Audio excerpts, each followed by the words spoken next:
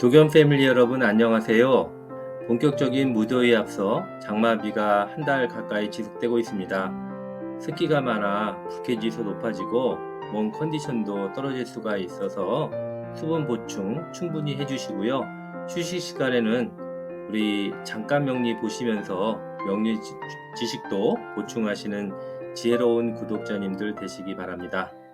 지난 시간까지 십신의 의미와 강론으로 1편 비견 겁재와 2편 식신상관편에 이어 오늘은 아기다리고 고기다리던 재성편을 시작하겠습니다. 옛날에는 길신 중 가장 으뜸을 관성으로 쳤고 그래서 순위를 관제 2인식으로 매겼다면 시대가 변하면서 이제는 재관 인식으로 불려야 하는 게 아닌가 싶습니다. 오늘 강의는 재성의 의미와 그 분류인 정제와 편제의 특징 및 육친적 의미를 자세하게 살펴본 후 실제 예시를 들어 재성이 미치는 영향력에 대한 이해를 하실 수 있도록 꾸며보았습니다. 혹시 강의 들으시면서 본인의 생각과 지식에 반하는 내용이 있을 수 있고요. 관법 차이로 이해 안 되실 수 있다라고도 생각이 듭니다. 제가 사주 통변이랄까 간명하는 방식은 자평진전에 따른 격국 용신에 의해서 간명을 보통 합니다. 저도 실간명을 하고 있어서요. 내담자분들과 계속적인 피드백을 통해서 발전하고 있습니다. 여러분들도 사주 공부를 시작하시고 공부가 어느 정도 되셨을 때는 주변 분들은 물론이고 전혀 모르는 고객들을 대상으로 꼭 실감명을 하시는 것을 추천해 드립니다. 그래야 배운 지식이 정말 맞는지 안 맞는지 확인하실 수가 있고요. 만일 50% 이상 틀리신다면 본인이 배운 관법을 과감하게 버리셔야 한다라고 감히 말씀드립니다. 옛 고전을 기본으로 공부하는 것은 기본이겠지만 그 중에서도 현실과 맞지 않는 관법을 그대로 적용한다면 그야말로 귀신 신나라 까먹는 소리가 될 수도 있습니다. 그 판단 기준은 실제 감명을 통해서 확실하게 판단 내리실 수가 있으실 겁니다. 서론이 너무 길었네요. 한 가지만 더 말씀드리면 실제 예시를 든 감명은 주로 사회적으로 이름난 사람들을 대상으로 나무위키 등을 참조하여 나온 생년월일을 보고 추론하는 겁니다. 여기에서 본인의 실생년월일이 틀릴 수도 있고요. 또한 태어난 시간을 정확히 알기는 더더욱 힘들기에 제가 일어난 사건과 대조하여 이 사주가 개연적으로 맞겠다라고 인정한 것만 올리는 겁니다. 태어난 시간은 사건 등과 비교하여 역시 추론하는 것이니 정확하게 사례자의 실명을 올리지 못하는 점 양지하시기 바랍니다. 인터넷에 떠도는 연예인 사주들이 틀린데도 불구하고 뇌피셜로 올리는 어그로 유튜브들도 많습니다만 저는 그렇게 확실하지도 않은 것을 놓고 그분의 인생을 논하는 것은 적절치 않다고 생각됩니다. 자, 그럼 본론으로 들어가겠습니다. 안녕하십니까. 오늘은 십신 제3편 정제 편제편에 대해서 하도록 하겠습니다. 자, 오행도를 먼저 살펴봐 주시면 비, 식, 제, 관, 인은으로 이렇게 오행도를 지난번에 살펴본 바가 있고요. 지난주에는 식신상관에 대해서 살펴보았는데요. 식신상관은 아랫사람, 자식, 장모, 친할머니를 의미한다라고 했습니다. 오늘은요, 식신해석 제3편으로 정제와 편제에 대해서 설명드리도록 하겠습니다. 오행도에서 보시면 이 비견을 본이라고 그런다 그러면 재성은 어디에 있을까요? 지난주에는 식신에 대해 살펴봤는데요. 요 식신이 생하는 관계가 바로 재성이군요. 비견의 입장에서 보면 화살표로 이렇게 극하는 관계라고 보여지는데요.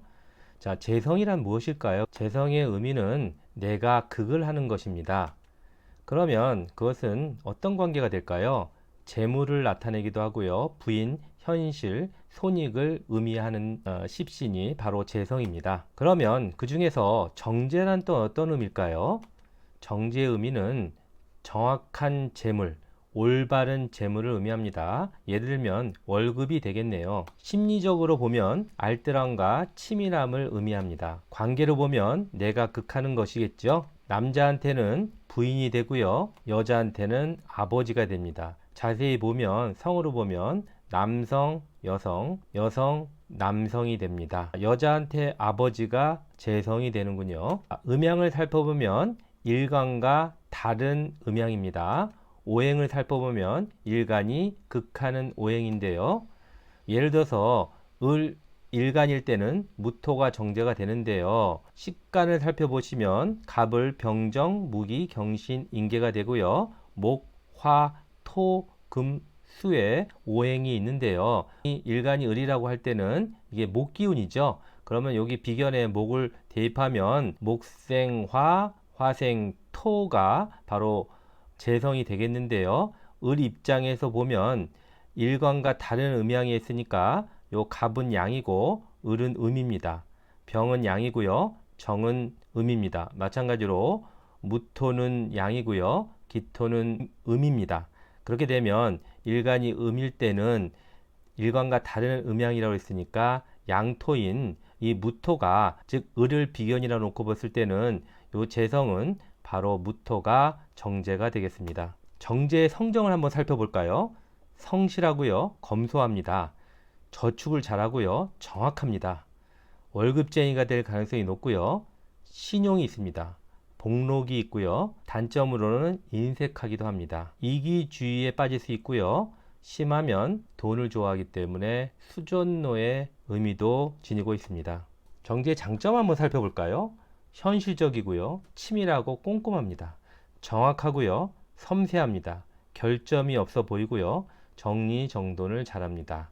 여러분의 사주에 정제가 있을까요? 단점을 한번 살펴볼까요? 소심합니다. 근심 걱정이 있고요. 현실에 안주하려 합니다. 결벽증이 있고요.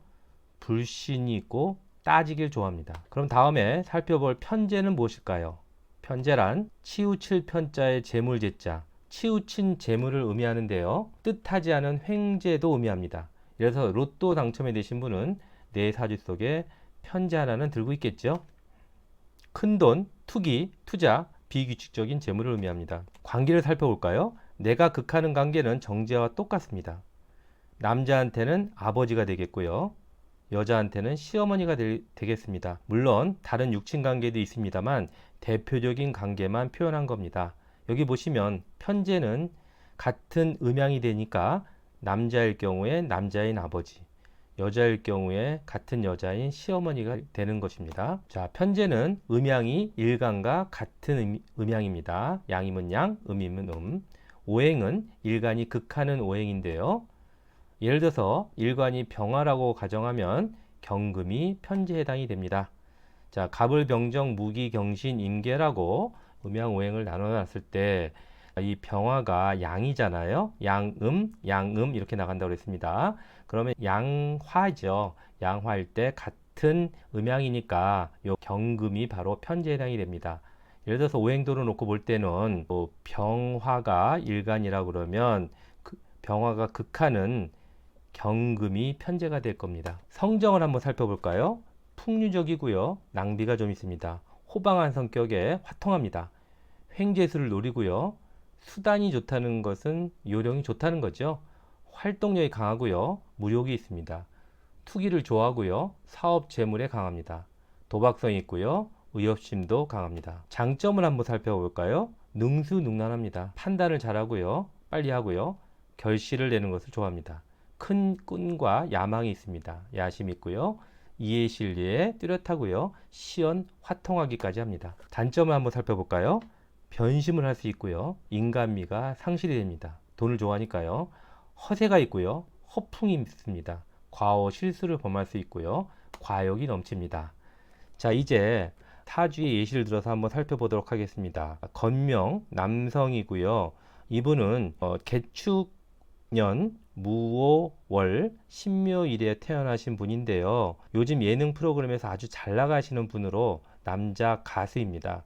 이분은 왼쪽 사주 원국에 보시면 요 편재가 이렇게 배우자 자리에 있습니다. 요거는 조상 자리라고 말씀드렸고요. 여기는 부모 자리, 요거는 배우자 자리입니다. 그리고 여기는 이제 자식 자리인데요. 시주를 태어난 시간을 모르는 관계로 요것을 비워둔 채 한번 감명해 보기로 하겠습니다. 격은요, 5월 신금으로 편관격입니다. 여기 편관이라 써 있죠. 천간에는 요 편관에서 투관한 이 무토 정인이 투출해서요, 정인격으로 병격된 사주인데요. 여기서 보시면 일지 편재 묘목은 이분에게 병으로 작용이 됩니다. 왜 그러냐면요, 재생살하니까요. 어릴 때는 아버지가 일찍 돌아가셨고요. 결혼은 1년 만에 이혼을 하게 됩니다. 2005년도에는 사업에 실패하여 엄청난 빚까지 지게 되는데요. 이 모든 사건을 종합해 보면 이분은 재성 편재가 흉신, 즉 병임을 알 수 있습니다. 대운의 방향은 뿌리가 약합니다. 이분은 신금일주로요, 축토에 뿌리를 두고 있는데요. 여기 지장간석이면 개신기가 있죠. 연지에 있기 때문에 좀 약합니다. 그러니까 이분은 이 금운이 오는 비겁운이나 아니면 도와주는 토운, 인성 방향으로 흘러가야 되는데 음년도에 태어났기 때문에 이분은 대운이 역행을 합니다. 그래서 월을 기준으로 오미, 신유술 이렇게 나가야 되는데 이분은 거꾸로 사진, 묘인, 축 해갖고 역행하게 됩니다. 이렇게 되면 이분이 여성이었다면 훨씬 더 돈 쪽으로는 좀 나은 인생이었을지도 모르겠습니다.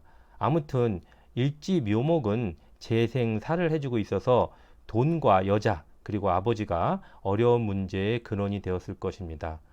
어렸을 때 아버지가 4살 때 돌아가셨고요. 홀 어머니 밑에서 상당히 어렵게 컸다고 얘기를 합니다. 다음으로 대운을 좀 세부적으로 살펴보면요, 오른쪽 26세 을묘대운이 있습니다. 을묘대운에서 가하게 천간지지로 이렇게 재성이 옵니다. 이분은 금일주기 때문에 이렇게 목운이 재성이죠. 재성운이 천간지지로 강에 들어와서 이 시기부터 돈 때문에 본인이 가진 거의 모든 것을 빼앗기는 시기가 되었던 것입니다. 특히 33세 때 을유세운 때 을목, 묘목, 재성이 합동으로 공격합니다. 그래서 이것이 천간으로는 재극인이 되고 지지로는 재생살이 되니 엄청난 부도와 이혼으로 이어졌던 것입니다. 결국 이 빚은 17년 동안 갚아 2023년도에나 빚을 청산했으니까요. 상당히 오랜 시간 빚을 갚았는데요. 나온 김에 이 2023년 계묘대운을 보면 여기 천간에 개수 또 원국의 개수가 이 무토 정인 어머니와 이렇게 계속 합을 해서 이걸 뭐라고 하냐, 합반합거라고 그러는데요. 이 운에서 이렇게 동착을 하게 되면 어머님을 여의게 되는 그런 일도 있었습니다. 이분은 현재 52세이신데요. 앞으로 들어오는 임자대운 56세부터 임자대운 66세부터 신의 대운인데요. 식상대운에 해당됩니다. 금생수 하니까요. 식상대운은 활발한 활동을 말년에 예측해 볼 수가 있는데요.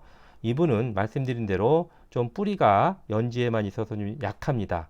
식상대운이니까 어려운 난제를 해결할 수도 있고요. 명예가 좀 높아질 수는 있습니다만은 아무래도 이 식상대운은 내 일간의 힘을 빼는 기운이기 때문에 이분은 좀 뿌리가 약하다라고 얘기 드렸습니다.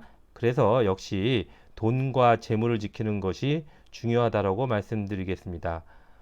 이분의 앞으로 적극적인 활동, 활발한 활동을 기대하고요. 이상으로 오늘 재성을 쓰는 사주에 대해서 예를 들어봤습니다. 자, 다음 시간에는요, 여성분들이 또 좋아하실 내용인 관성에 대해서 살펴보겠는데요. 이 관성은 남성운과 직업운과 명예운을 나타내고요. 남자분들에게는 자식운을 나타냅니다. 오늘 내용이 유익하셨다고 생각하시면 구독, 좋아요, 알림 설정을 부탁드리겠습니다. 다음 이 시간에 더 좋은 모습으로 찾아뵐 것을 약속드립니다. 감사합니다.